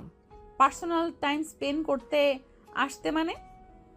এসব তুমি কি বলছো? তোমার মাথা কি খারাপ হয়ে গেছে নাকি? চুপচাপ এখান থেকে চলে যাও বলছি। একদম আমার সঙ্গে উল্টাপাল্টা কিছু করবে না। সেদিন কিন্তু ছেড়ে দিয়েছিলাম, এখন কিন্তু ছাড়বো না। তোমাকে 14 শিকের ভাত খাইয়ে ছাড়বো। এখনও বউয়ের হাতে রান্না করা 1 প্লেট ভাত খেতে পারলাম না, আর এখন কি না আমাকে 14 শিকের ভাত খেতে হবে, এটা বললে হয় নাকি বউ? এই ইতরের বাচ্চা, আমি তোর কোন জন্মের বউ? আমি তোকে আগেও বলেছি আর এখনো বলছি, নিজের চরিত্র ঠিক কর। আমাকে কখনো বউ বলে ডাকবি না। আমি তোর কোনো জন্মের বউ লাগি বলতো শুনি? মানুষের পুনর্জন্ম হয় সেটা আমি বিশ্বাস করি না, কারণ আমি একজন লেখক মানুষ। আমাদের লেখক মনা মানুষগুলো সবসময় বর্তমান আর ভবিষ্যৎকে বিশ্বাস করি, কিন্তু অতীত বলতে কিছু থাকতে পারে না আমাদের জীবনে। কেন থাকতে পারে না? অতীত বলতে কিছু পুনর্জন্ম হয় না, সেটা তোকে কে বলেছে? কেউ আমাকে বলেনি, তবে আমি বিশ্বাস করি। আর আমার মতো যারা লেখক তারা সবাই বিশ্বাস করে পুনরায় জন্ম বলতে কিছুই হয় না। যা আছে সবটাই বর্তমান আর ভবিষ্যৎ, কারণ অতীত শুধু মানুষকে কষ্ট দেয়। যেই অতীত মানুষকে কষ্ট দেয় সেই অতীত আমার মতো লেখক মনা মানুষগুলো ভুলে থাকতে চায়। তোর সঙ্গে কোনো কথাই বলতে চাই না। চুপচাপ এখান থেকে চলে যা, তা না হলে কিন্তু খারাপ কিছু হবে বলে দিলাম। যা হবে তা পরে দেখা যাবে, কিন্তু তোমার হাতের বইটা যে আমার লেখা সেটা কি তুমি জানো? আমার এখনো মাথা খারাপ হয়নি, আমি এখনো সম্পূর্ণ সুস্থ আছি। এটা আমার পছন্দের লেখকের লেখা বই। হ্যাঁ, তুমি হয়তো ভাবছো এটা তোমার পছন্দের লেখকের বই, কিন্তু মূলত এই বইটার লেখক আমি। আর আমি আমার লেখা বইয়ে আমার ছদ্মনাম ইউজ করি। সেটা তুমি আমার ফেসবুক প্রোফাইলে ঢুকলেই দেখতে পাবে, সেখানে আমার নাম দেওয়া নিলয় আহসান। আমি যেমন ফেসবুকে আমার ছদ্মনাম ইউজ করি, তেমনি আমার লেখা সমস্ত বইয়েও আমি আমার ছদ্মনাম ইউজ করি। এই বলে নীল মোবাইলটা নেহার দিকে এগিয়ে দিল আর নেহা মোবাইল হাতে নিয়ে দেখলো সত্যি নীলের ফেসবুক আইডির নাম নিলয় আহসান। তখনই সে আইডিটা ঢুকে পড়ল আর আইডিতে ঢুকে বেশ কয়েকটা গল্প পড়ল, যেগুলো সে প্রায়ই ফেসবুকে পড়ে এবং নীল অনেক দিন ধরেই তার ফেসবুক ফ্রেন্ড লিস্টে রয়েছে। তখন সে অবাকের যন্ত্রসীমে পৌঁছে গিয়ে পড়ল, আমি তোমার এতদিনের ভক্ত, কিন্তু কোনোদিনও তোমার আসল পরিচয়টা জানতেই পারলাম না। এটা হয় নাকি? আমি জানি তুমি অনেক দিন ধরেই আমার গল্প পড়ো, কিন্তু আমি কখনোই তোমাকে আমার পরিচয় দেইনি, কারণ আমি তোমায় ভালোবাসি। আমি চাই আমার ভালোবাসাটা সামনাসামনি প্রমাণিত হোক, আড়াল থেকে কাউকে নিজের ভালোবাসায় বশ করতে চাই না। কিন্তু আমি কোনোদিনও তোমার ভালোবাসায় বসবো না, কারণ আমি তোমার গল্পকে ভালোবাসি, তোমাকে নয়। হ্যাঁ, আমিও তো সেটাই মনে মনে ভাবছি, তুমি আমার মনকে ভালোবাসো, কিন্তু আমাকে কেন ভালোবাসতে পারো না? মনটা তো আমার দেহেরই একটা অংশ। যদি তুমি মনকে ভালোবাসতে পারো তাহলে আমাকে ভালোবাসতে তোমার সমস্যাটা কোথায়? সমস্যা কোথায় সেটা আমি জানি না, তবে তোমায় ভালোবাসা আমার হয়তো কোনোদিনও হয়ে উঠবে না। তুমি প্লিজ যা মনে মনে চিন্তা করেছো তা ভুলে যাও। মনে তখনই একটা গান বেজে উঠল, আর আমি আপন মনে বলে উঠলাম, তোমায় ভুলে যাওয়ার লাগি আমি ভালোবাসিনি ও প্রেয়সী। তুমি আমার হবে কি? তুমি আমার হবে কি? তোমায় ছাড়া এ জীবনে নয়তো কিছু আর। ভালোবাসি তোমায় আমি, তুমি শুধু আমার। এই শোনো, তোমাকে আমি কখনো বলেছি আর এখনো বলছি, আমি তোমার গল্পকে ভালোবাসি। আমি তোমার গল্পের প্রেমে পড়েছি, কিন্তু তোমার প্রেমে কোনো দিনই আমাকে পড়াতে পারবে না। সে পারবো কি পারবো না সেটা সময় হলেই বোঝা যাবে। এখন আর সময় নষ্ট না করে চলো না একটু ভিতরে।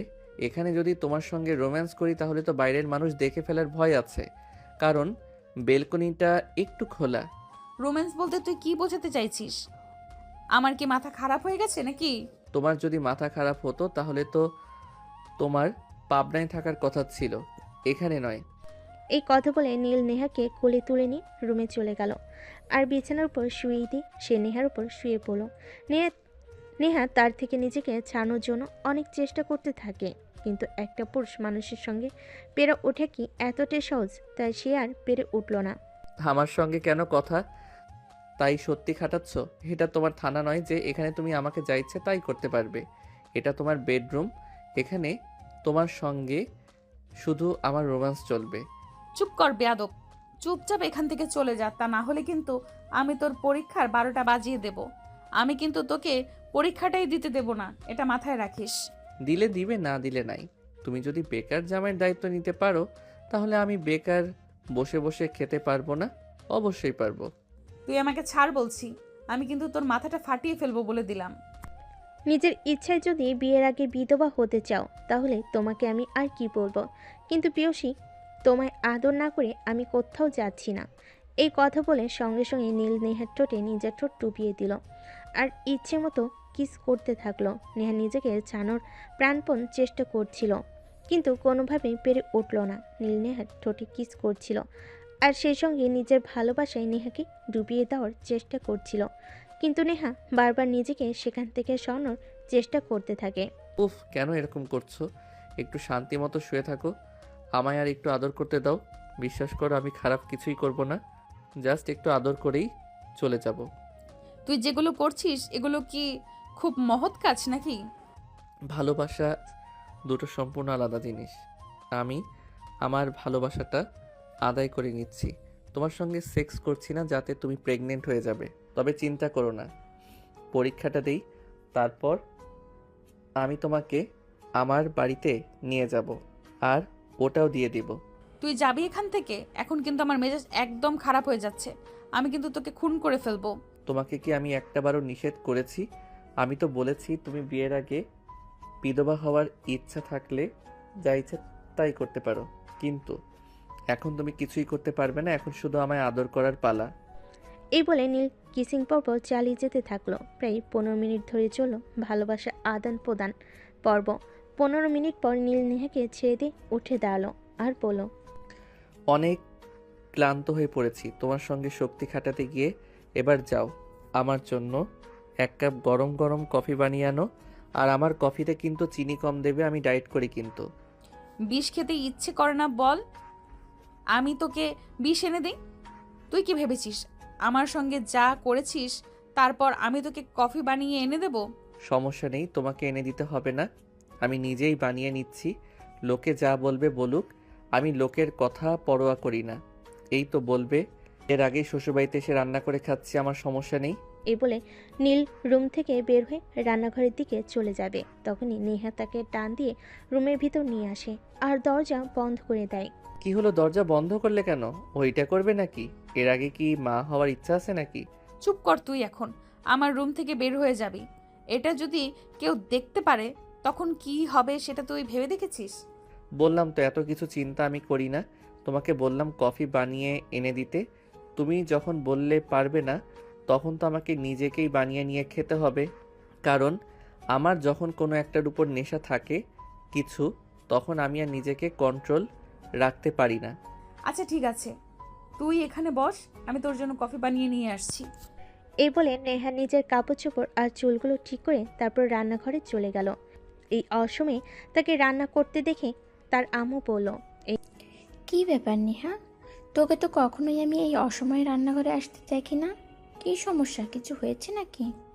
না, আমার কিছুই হয়নি, আসলে একটু কফি খেতে ইচ্ছে করছে তাই একটু কফি বানাতে আসলাম। সত্যি আমি স্বপ্ন দেখছি নাকি বাস্তবে আছি সেটাই বুঝতে পারছি না। যে মেয়েকে আজ পর্যন্ত আমি কফিতে হাত পর্যন্ত দিতে দেখলাম না, সে কিনা আজ কফি খাবে। আমি তো জানি তুই সবসময় রং চা খেতে পছন্দ করিস, আদা দিয়ে। আম্মু, একটা মানুষ সবসময় একটা জিনিস অপছন্দ করবে সেরকম তা নয়। পছন্দ হতে পারে। আমি সবসময় আদা দিয়ে রং চা খাই, কিন্তু তার মানে এই নয় যে আমি কফি খেতে পারবো না। আমি কি তোকে সেটা বলেছি নাকি? আমি তো শুধু এটাই বলতে চাইছিলাম যে তুই তো কখনোই নিজের হাতে ব্লেড দিয়ে বাত পর্যন্ত নিয়ে কাজ না, এখন কিনা তুই নিজে নিজেই কফি বানাতে চলে এসেছিস। তোর চা তো সবসময় আমি কিংবা তোর ছোট বোন বানিয়ে দেয়। তুমি আমাকে এত প্রশ্ন কেন করছো? আমি সেটাই বুঝতে পারছি না। আমার তো মনে হয় আমি কোনো অপরাধী আর তুমি কোনো পুলিশ অফিসার, আমাকে ইন্টারোগেট করছো। ঠিক আছে বাবা, তোদের যা ভালো মনে হয় তোরা তাই কর। আমি তো ওদেরকে আর কিছুই বলবো না। যেখানে ভালো কিছু বলতে গেলে খারাপ কিছু হয়ে যাবে, সেখানে তো আর কিছু বলারই নেই। এই কথা বলে নেহার আম্মু সেখান থেকে চলে গেল। আর নেহা কিচেনে ঢুকে তারপর নিজের জন্য 1 কাপ কফি বানিয়ে নিল। রুমে বসে নেহার রুমটা একটু ভালোভাবে দেখে নিচ্ছিল। খুব সুন্দর পরিপাটি করে সাজানো রুমটা, এ যেন একটা স্বর্গের টুকরো। কিন্তু নীল বরাবরই অগোছালো একটা ছেলে, সে গুছিয়ে রাখাটা একদমই পারে না। যেখানকার জিনিস সেখানে সে রাখতে পারে না, সব সময় অগোছালো করে রাখে। তার আম্মু কিংবা তার বোন সেগুলো তাকে করে দেয়। অপরদিকে নেহা কফি বানিয়ে রুমে এসে দেখে নীল নেহার ড্রেসিং টেবিলে কিছু একটা খুঁজছে। কি ব্যাপার? তুমি আমার ড্রেসিং টেবিলে কি খুঁজতেছো? তুমি কি কোনো গোয়েন্দা নাকি? আমার বাড়িতে গোয়েন্দাগিরি করতে এসেছো? আরে না, সেরকমটা কেন হবে? আমার বউটা কতটা সাজুগুজু পছন্দ করে সেটাই দেখছিলাম একটু খুঁচিয়ে খুঁচিয়ে। আসলে আমি সাজুগুজু করা মেয়েদের একদমই পছন্দ করি না। আমি চাই আমার বউ ন্যাচারাল সুন্দরী হোক আর সবসময় প্রাকৃতিকভাবেই সুন্দর হয়ে থাকুক। এই শোনো, আমি না পুলিশে চাকরি করি, আর আমার না সব সময় ওই আটা ময়দা মাখার সময় হয়ে ওঠে না। তাই আমি সব সময় সিম্পলি থাকা পছন্দ করি। কিন্তু তার মানে এই নয় যে আমি পছন্দ করি না মেয়ে মানেই সাজুগুজু পছন্দ করে। আর একটা কথা, মেয়ে মানুষ শাড়ি চুড়ি গহনা এগুলো যতটা পছন্দ করে, নিজের স্বামীকেও ততটা পছন্দ করে না। এটা তোমার জেনে রাখা উচিত। ও আচ্ছা, এই ব্যাপার তাহলে। আচ্ছা ঠিক আছে, সমস্যা নেই। তুমি যদি সাজগোজ করতে চাও তাহলে আমি তোমায় সব এনে দেব, কিন্তু সাজগোজ করে রুমের মধ্যেই থাকতে হবে, বাইরে কিন্তু যাওয়া যাবে না। কারণ তোমার সৌন্দর্য উপভোগ করতে হলে শুধু আমি করব, বাইরের ছেলেদের তোমার সৌন্দর্য উপভোগ করতে আমি কখনোই দেব না। এই শোন, তোর এসব উগান্ডা মার্কা প্রশ্ন শুনতে শুনতে আমার মাথাটা একদম খারাপ হয়ে গেছে। এনে তোর কফি আর খেয়ে আমায় উদ্ধার কর। উফ বউ, তুমি এভাবে কেন বলছো? আমাকে একটু ভালোবেসে আদর করে বলতে পারো না? হাজার হোক আমি তোমার একটা মাত্র জামাই, জামাইয়ের সঙ্গে কেউ এভাবে কথা বলে? তোর জামাইয়ের গুষ্টি কিলাই ভাই, তুই কফিটা খেয়ে এখান থেকে যা বলছি।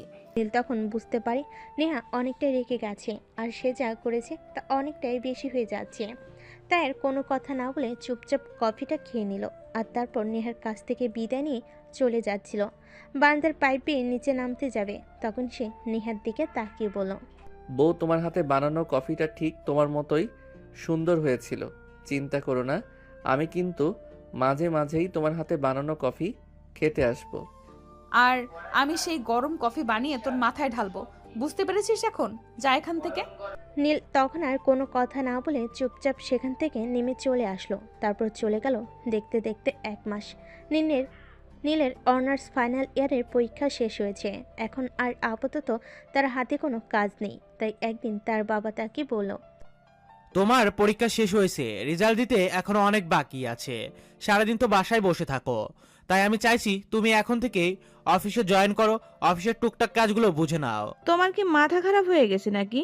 তুমি আমার ছেলেটাকে এখনই অফিসে জয়েন করতে বলছো? আমার ছেলেটাকে নিজের জীবনটা নিজের মতো করে একটু উপভোগ করতে দাও। পড়াশোনা শেষ করেছে সবে মাত্র। এই কয়টা দিন নিজেকে একটু সময় দিতে দাও, একটু ঘোরাঘুরি করুক, বন্ধুদের সঙ্গে সময় কাটাক। ব্যবসা করার জন্য সারা জীবন পড়ে রয়েছে, তারপর সেসব নিয়ে চিন্তা করবে। হ্যাঁ আম্মু, তুমি একদম ঠিক কথাই বলেছ।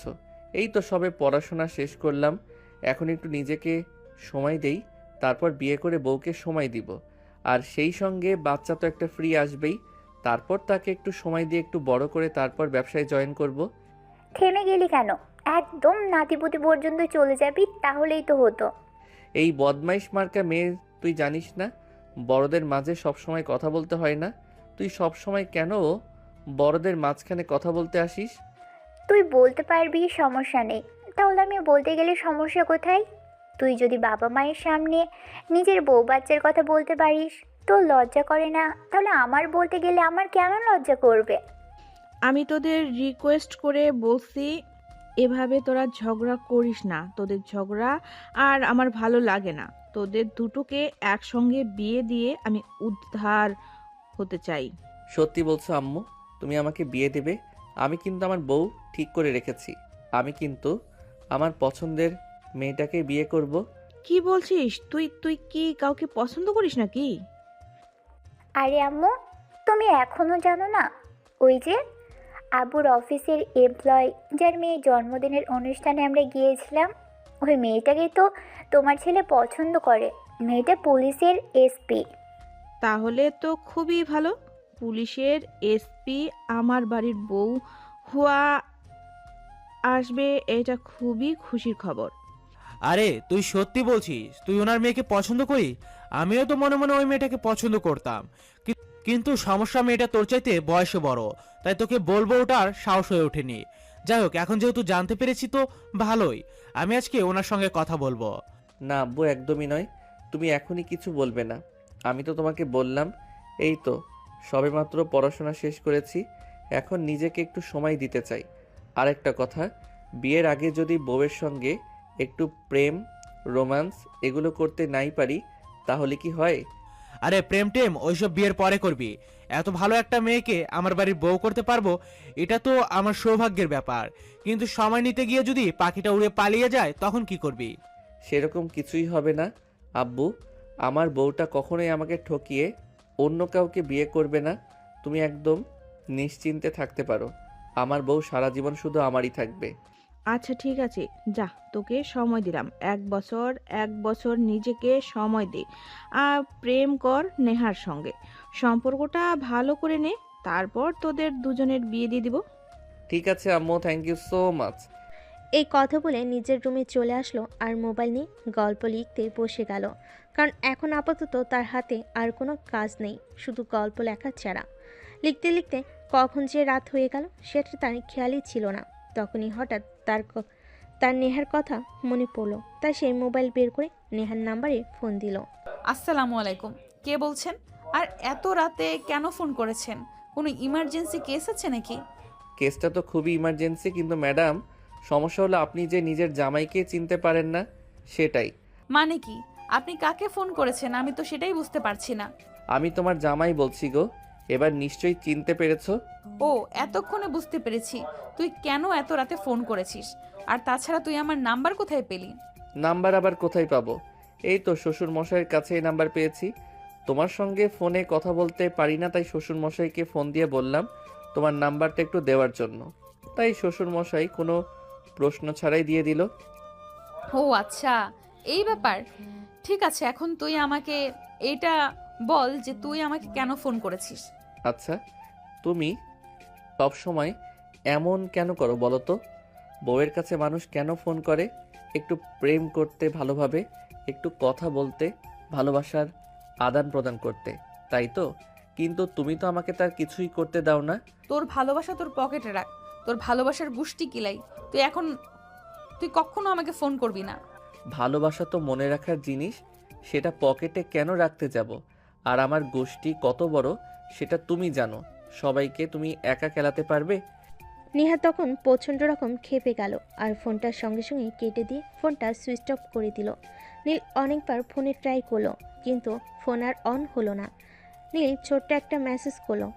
একটা মেয়েকে সবচাইতে বেশি সুন্দর কখন লাগে জানো? সে যখন কান্না করে আর যখন সে রেগে যায়। কিন্তু তুমি তো সবসময় রেগে থাকো। এভাবে সবসময় রাগ করে থাকতে হয় না, মাঝে মধ্যে একটু হাসি খুশি থাকতে হয়, তাহলেই ভালো লাগে। বুঝতে পেরেছো? নিজেকে কেন তুমি এরকম রসকসহীন করে তুলেছো? জীবনটা উপভোগ করো। জীবনটা উপভোগ করবার জন্য সকালবেলা ঘুম থেকে উঠে ফোনটা অন করতেই এই মেসেজটা নেহার চোখে পড়ল। তার মেজাজ এতটাই খারাপ হয়ে গেল যে সঙ্গে সঙ্গে সে মোবাইলটা থেকে সিমটা খুলে সিমটা ভেঙে ফেলল। সকাল 10টার দিকে সে থানার দিকে যাচ্ছিল, তখনই হঠাৎ একটা বাইক তার পথ আগলে দাঁড়ালো। এই কি ব্যাপার? কে আপনি? আর আমার পথ আটকে দাঁড়িয়েছেন কেন? তোমার ফোনটা সুইচ অফ কেন বলছে সেটা বলো আমাকে। তুই জানো না তোমার সঙ্গে কথা বলতে না পারলে আমার নিঃশ্বাস বন্ধ হয়ে আসে? তুমি কি জানো আমার কতটা কষ্ট হয়েছে সারাটা রাত? এত কিছু জানার তো আমার কোনো প্রয়োজন নেই। আপনার যদি কোনো সমস্যা থাকে তাহলে আপনি থানায় আসুন, আমি সেখানে বসে আপনার সঙ্গে কথা বলছি। আপাতত আমার পথ ছাড়ুন। ছাড়বো না, দেখি তুমি কি করতে পারো। এখন তুমি পুলিশের পোশাক পরা আছো, এখন তো তোমার ক্ষমতা আছে। আমি তোমার ক্ষমতাটাই দেখতে চাই। তুই আমার ক্ষমতা দেখবি? আচ্ছা ঠিক আছে, দাঁড়া, আমি তোকে আমার ক্ষমতা দেখাচ্ছি।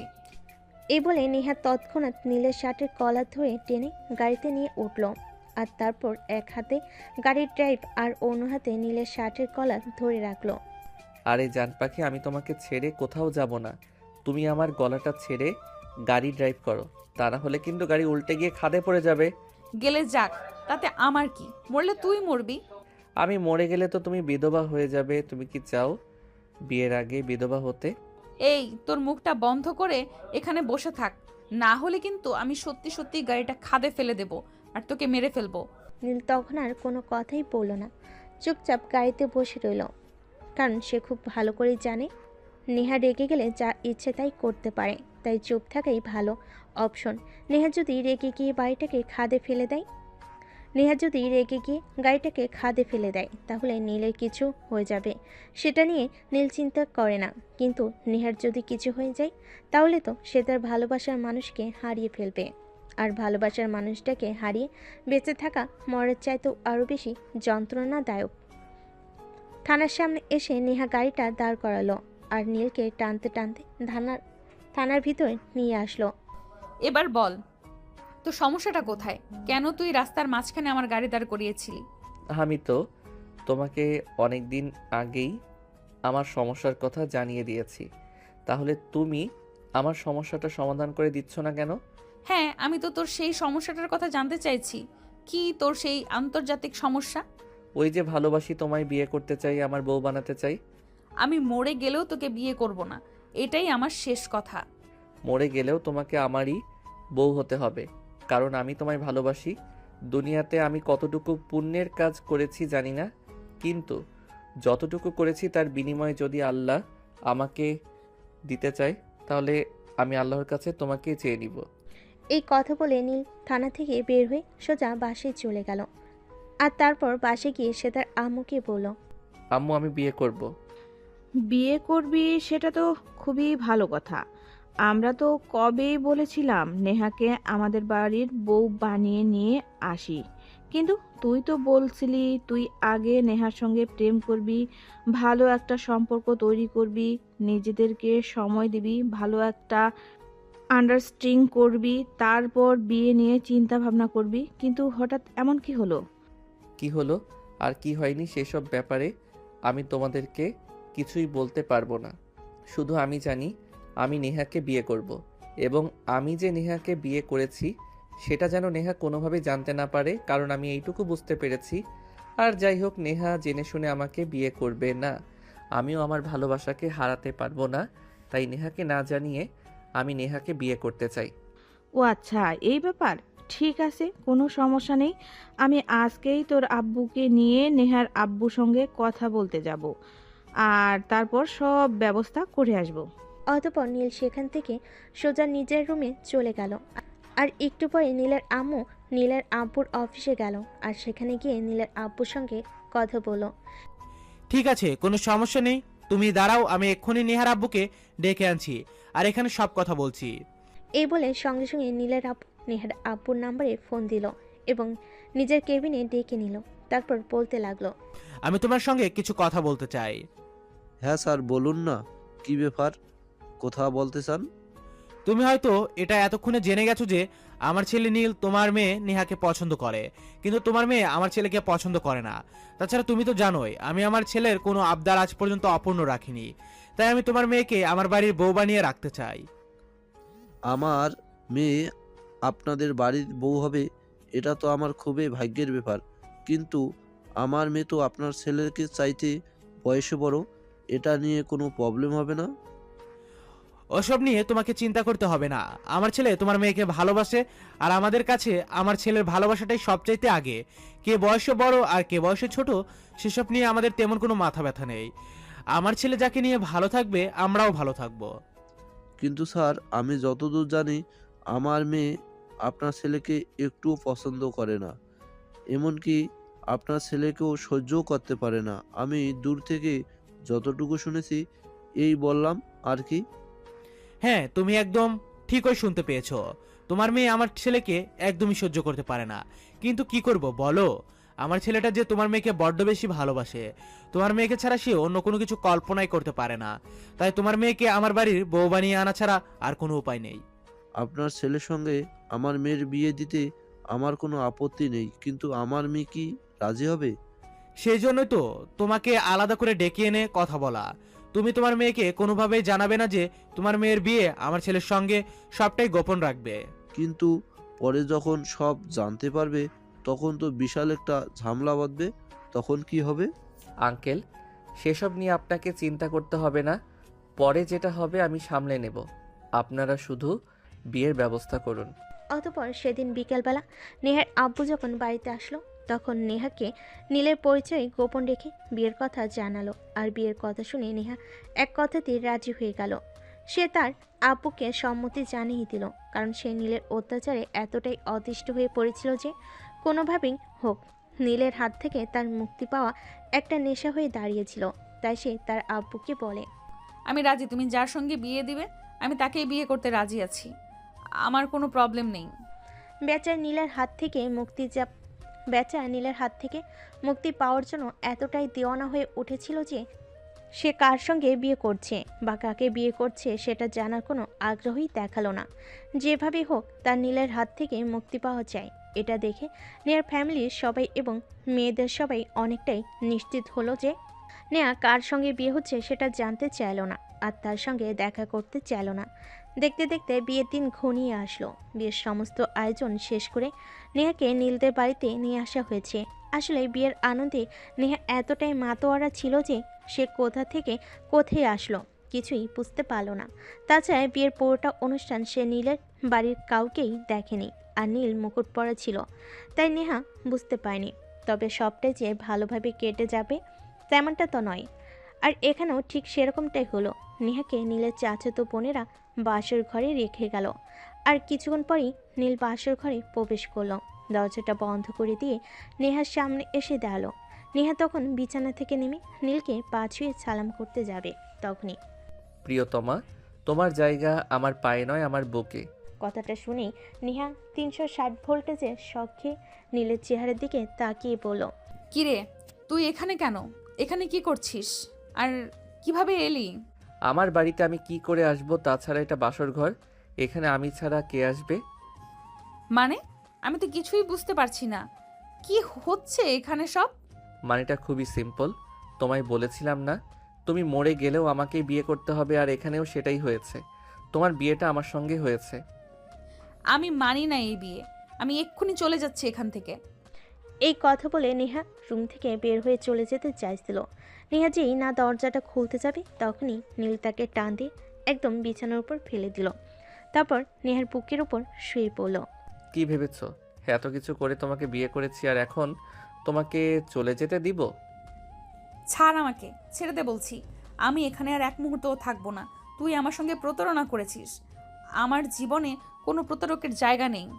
সে তুমি যাই বলো না কেন, এত কষ্ট করে তোমাকে পেয়েছি, এখন কি আর তোমাকে যেতে দেব নাকি? এরপর নীল নেহাকে আর কোনো কথা বলার সুযোগ না দিয়ে তার ঠোঁট দুটো নিজের দখলে নিয়ে নিল আর ভালোবাসার উষ্ণতায় নেহাকে উষ্ণিত করতে থাকলো। নেহা নীলের থেকে নিজেকে ছাড়িয়ে নেওয়ার জন্য অনেক চেষ্টা করছিল, কিন্তু কোনোভাবেই পেরে উঠছিল না। অপরদিকে নিজের সমস্তটা উজাড় করে নেহাকে তার ভালোবাসার পরিপূর্ণতা দিতে শুরু করলো। উফ ভিউয়ার্স, আপনার এখনও রয়ে গেছেন? আরে ভাই, লোকের বাসরে এইভাবেই দেখতে হয় না। তাদের বন্ধ করে গল্পটা না হয় তাদের বন্ধ দরজার পেছনেই থাক। সবাই ভালো থাকবেন, সুস্থ থাকবেন। আবার দেখা হবে নতুন কোনো এক প্রেমের গল্পে। আজকের গল্পটা এ পর্যন্তই ছিল। আল্লাহ হাফেজ।